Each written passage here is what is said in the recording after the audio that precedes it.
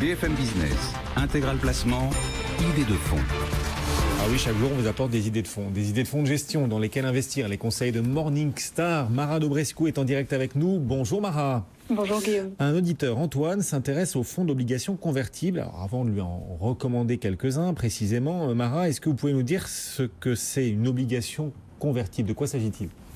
Alors c'est un titre obligataire mais qui permet aussi d'acheter l'action de l'entreprise émettrice dès qu'un certain prix, qu'on appelle le prix de conversion, est atteint.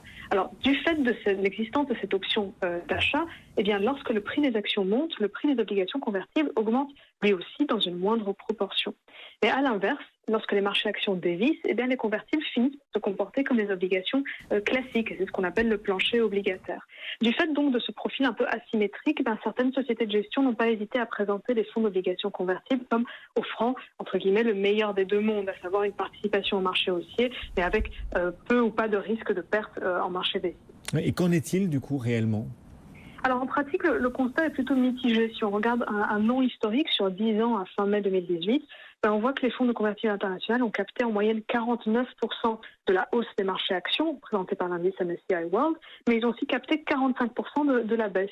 Donc certes, les pertes en marché baissier sont inférieures aux pertes du marché actions, mais elles sont loin d'être négligeables. Par exemple, en 2008, le marché actions mondial dévissait de 37%, puis la catégorie Morningstar, obligations convertibles internationales, perdait elle aussi 21,3%. Donc c'est moins, mais ça reste quand même difficile à digérer. En 2011 également, les obligations convertibles ont sous-performé les marchés actions. Même constat aussi l'année dernière, en 2017. Et puis, cette performance peut être aussi liée à la composition de l'univers, puisque les entreprises qui émettent des convertibles sont souvent des entreprises de plus petite taille, plus endettées, dans des secteurs plus cycliques comme la technologie. Donc ça aussi peut affecter la performance.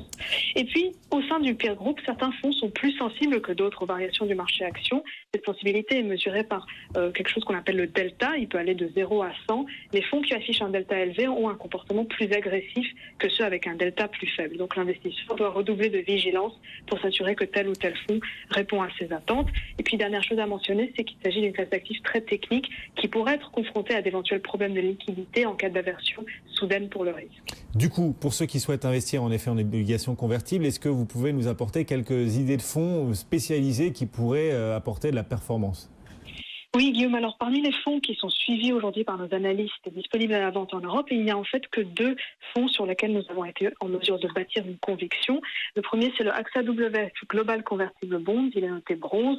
C'est un fonds géré par l'expérimenté Marc Basselier avec le soutien d'une équipe compacte, mais qui utilise bien l'ensemble des ressources de recherche actions et crédits chez AXA IM. Le fonds se classe parmi les meilleurs de sa catégorie depuis son lancement en 2010. Et puis un autre fonds qui est le Jupiter Global Convertible, lui aussi est noté bronze, avec un gérant chevronné aux commandes. C'est un fonds avec une approche plutôt prudente qui a permis de mieux résister que les fonds concurrents en marché baissier, et une approche qui a fait ses preuves sur le long terme. Merci Mara.